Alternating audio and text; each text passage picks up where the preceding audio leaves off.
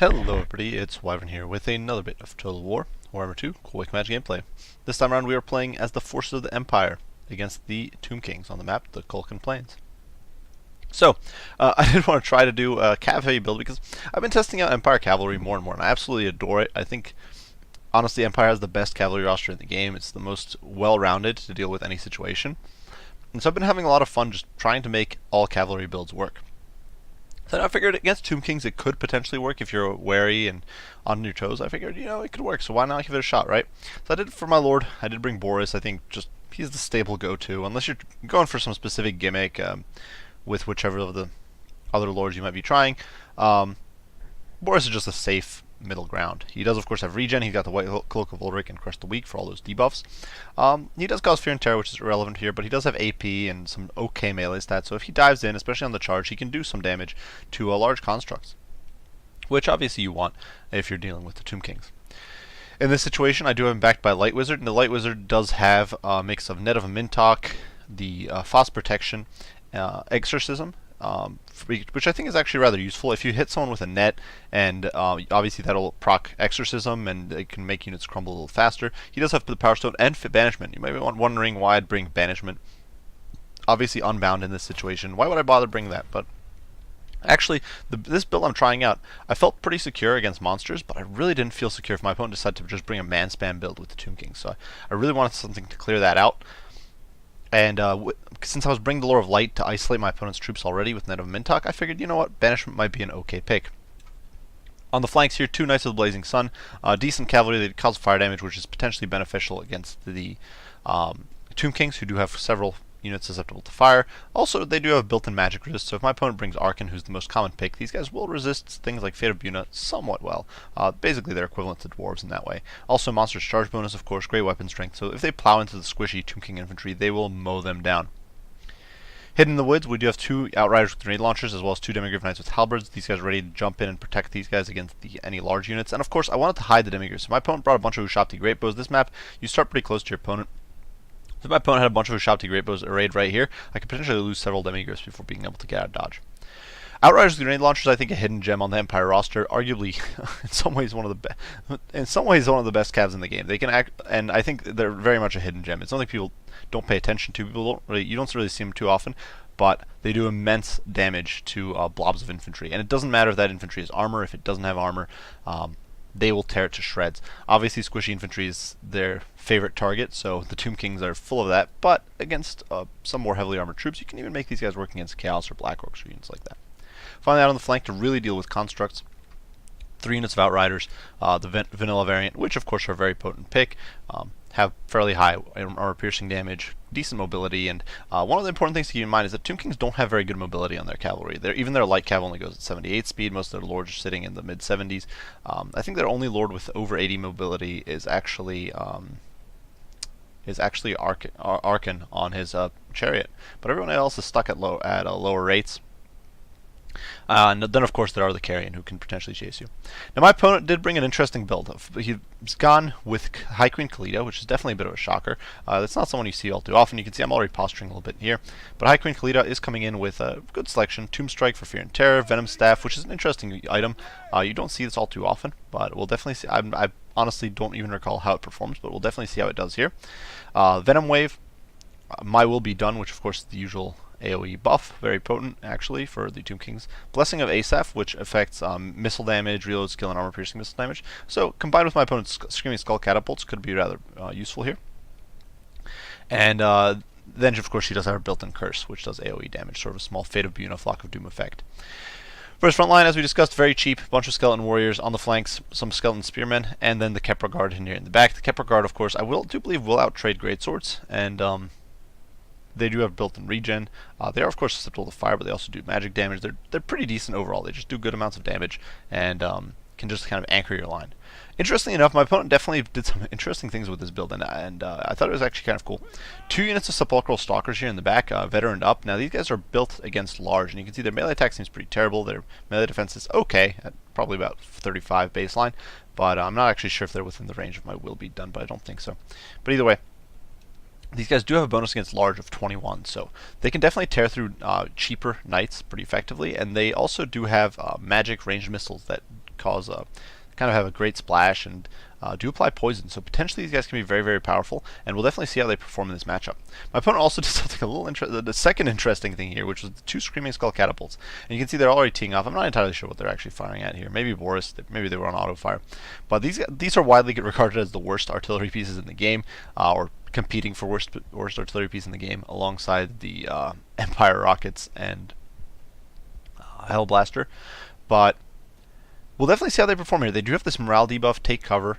They do still have armor-piercing damage. They're fairly cheap, so potentially they could do some work. Unfortunately, they do cause magical damage, so I do assume that the Knights of the Blazing Sun will be reasonably tanky. Finally here, my opponent does have 2 Carrion hidden in the trees, as well as 2 Tomb Scorpions hidden in the trees. And these guys are now pulling out, as my opponent kind of realizes what I'm doing and what I'm hiding, and sees that my Outriders are closing the gap. Now you can see over there, I do actually waste some of my opponent's ammo there with Boris kind of floating around, but my opponent in the meantime does shift fire here with the Screaming Skulls, and they're going to start pounding my Outriders. Now, obviously Outriders are not going to... We've got a pretty wide formation. They shouldn't be taking too much damage, but you can see those impacts there, and you can see that huge morale debuff. These guys are just dropping in morale. Their leadership isn't very good to begin with, so the fact that they're getting pounded like this is going to tank it even faster. You can see they're definitely not having a fun time. They only lose a handful of models there, 4 there, probably. They lose another 1 there, but a handful of models, so nothing too crazy. But that morale debuff is just huge, and you can see the Carrion now coming in, streaming in. Fear hasn't even kicked in, and these guys are already on the verge of wavering. In the meantime, I do start unloading with the Outriders on the Carrion because I don't want them getting on top of my Outriders, of course. On the flank over here, the Demigryphs are selling out to go after the Tomb Scorpions because that would be a very beneficial fight. And Boris is coming in here to help save the day against the Carrion. As you can see, the Outriders running away. And I do turn my Light Wizard around to get a net of Mintok and do start turning the Knights of the Blazing Sun. In the meantime, you can see the Outriders with grenade launchers. Like I said, that niche unit dropping a single volley and instantly hitting the Skeleton Warriors for 3,000 HP. That was a single volley of 2 Outriders with grenade launchers, so absolutely brutal. Immediately these guys are wavering, and they are just falling apart. Over here, Net of Mintok does go down the Carrion, who don't quite manage to catch the Outriders, though these guys do rout due to the artillery fire. In the meantime, the Knights of the Blazing Sun here coming in to squish some of these foul birds, so it looks like they're actually going to be able to get clear for most part. They actually managed to take off. So definitely some rough stuff, but the Outriders will be able to shell them away. Of course, with Exorcism hitting these guys, they're going to start crumbling very quickly. Over here in the pits in the meantime, my opponent accidentally, it looks like, clicked on the Carrion to attack the Knights of the Blazing Sun, so now they're stuck on the ground level. And over here, Boris is going to win the air fight pretty decisively. Unfortunately, over here, the Knights of the Blazing Sun losing pretty badly to the Sepulchral Stalkers, which are just a superior melee unit. On the flank, in the meantime, you can see my opponent has dove in with High Queen Khalida, who does have a huge armor piercing and pretty monstrous melee stats, against my Demigryphs Knights with Halberds. I did pop a Phos Protection Overcast over here just to try to keep them alive. Against most of these units, it will be very useful because except for Khalida, none of these guys have amazing melee attack. You can see the Demigryphs trying to chew through that Tomb Scorpion, trying to deal with the Tomb Scorpion over there, and the Outriders just firing away. 35 kills on these guys, 27 on these, despite the fact that they did get hit by the Venom Staff, and they are just taking these skeletons to Pound Town. You can see the Kepler Guard. This was not damage done by the Demigryphs. This was very much damage done by the Outriders, and you can see these guys are already about halfway to their first Chevron. So, and that was just in a handful of volleys fired off. You can see the Kepler Guard. They're having a terrible day, and these guys do pull back. In the meantime, over here, I do manage to kind of kite away. I pulled the Knights of the Blazing Sun away from the Sepulchral Stalkers. They're obviously a pretty slow unit. Boris is slowing them because he's flying above them. And these guys are rather, like I said, they're rather slow, so they can't really catch the Knights of the Blazing Sun. They're basically a monstrous infantry. Actually, they are labeled as such. And so they're really not able to pursue heavy cav or much less light cav like Outriders. I do dive in here with Boris, just trying to time down, and I'm gonna. I do unfortunately kind of miss micro here and let my Outriders get hit a little bit, but my opponent does give up on that and starts pulling away. Perhaps a little bit of a mistake, but at this point his army is very spread out, very tattered. He's not really able to focus anywhere. Over here, my Demigryphs do get terror routed. These the other and I'm kind of going to be kiting away. I'm pulling these Outriders out of range of the skeletons, trying to get these Demigryphs clear of the spiders and of the scorpions, and more importantly Khalida, who could take them to Pound Town. I'm just trying to kind of work my way and get clear. In the meantime, the Outriders with their grenade launchers do turn around and are going to be firing some potent volleys. Over here, in the meantime, you can see these poor Sepulchral Stalkers getting chipped away at, and over here, the grenades are going to start flying, and you can see those explosions just raining in on these Skeleton Warriors, and they get wiped. It's absolute mayhem as these guys crumble and disintegrate within the matter of seconds. Now, that does proc one of the Realm of Souls, not entirely sure which one. One of the interesting things as well when you're dealing with Tomb Kings is that grenade launchers don't tend to rack up too many kills initially. They get kills once the unit's already been depleted a lot by HP. So potentially, if you don't want to prematurely proc an opponent's Realm of Souls, especially if they're doing a massive infantry build. Grenades are also good in that way. They don't prematurely proc Realm of Souls. Nonetheless, you can see over here the Skeleton Warriors getting it smushed once again by that volley of grenades. Over here, these Sepulchral Stalkers getting pursued by the Outriders, which is vicious Outriders, not letting them go. Over here, the Knights of the Blazing Sun ran down one of the Screaming Skull catapults. You can see it abandoned here with no crew, as the two Knights of the Blazing Suns are just pulling away. And that's really been their only purpose, just a distraction, a nuisance. Obviously, if they got in amongst the infantry, they'd do okay, but really, I don't want to overcommit them. Mainly at this point, I need to pick apart the Kepler Guard. I need to get rid of the Tomb Scorpions. I need to keep my opponent moving and exploit his low mobility. And you can see over here, I do manage to turn around with the Demigryphs, jump the Tomb Scorpions, who will get chopped up incredibly quickly as those grenades are rained down on the Kepler Guard. And once again, those Outriders with grenade launchers doing some potent work, and you can see their damage, or their kill count, up over 100 on both of them. So these guys, and almost at a chevron. Over here, this Tomb Scorpion is not going to be long for this world. You have to be careful with grenades, of course, not to do friendly fire. In the meantime, my opponent does summon some Shopti here, but I did spot them before they came on. And in the meantime, the Outriders grenade launchers just picking away at the squishy infantry. Boris does dive in and being very cheeky here, but Sepulchral Stalkers, despite their decent melee defense, it's actually they're not really gonna be able to go toe to toe with Boris. Especially with their melee attack debuffed so much with his AoEs, and especially with the Outriders nearby and the grenade launchers. If my opponent clumps, he's essentially sentencing himself to death there, because the grenades will just tear him apart. And that's really what's been happening here. Whenever my opponent clumps, my cavalry with their high HP per model, their immunity to knockback, their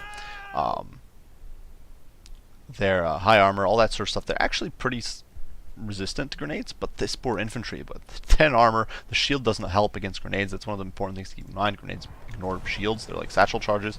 Over here, she did try to Queen Khalida did try to cast the Venom Staff, but I interrupted it by crashing into her with Demigryph Knights with Halberds. That's something to keep in mind. If you see someone trying to cast and you know it's which unit is doing it, try to hit them, try to stop them from casting. It'll interrupt the spell, and that can be very useful. Over here, the grenades just tearing through this infantry. Boris, of course, is in there in the midst of the fight, but it really doesn't matter. Boris will tank out while the Outriders just rake in kills and pad their stats, essentially. Over here, my opponent's catapults, which we're trying to pull away, are going to get run down by the Knights of the Blazing Sun, who will tear through these crewmen incredibly quickly. They really don't stand a chance.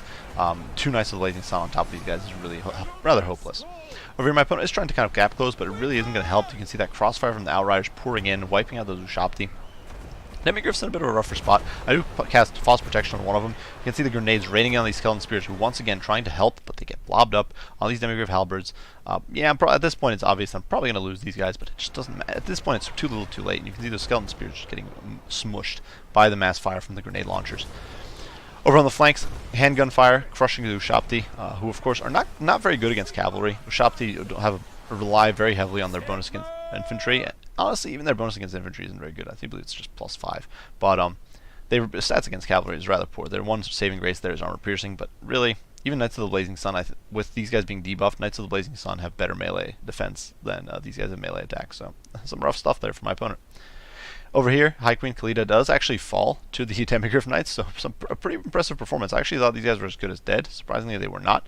They stuck around. And the Outriders grenade launchers do still actually have 5 rounds of ammo, so you can see these guys were nowhere near done. They do actually rout off my Demigryph Halberds, but interesting enough, you can actually see how much damage those grenades did there. About 4 damage onto the splash, so it shows how little they do to let more loosely organized cavalry.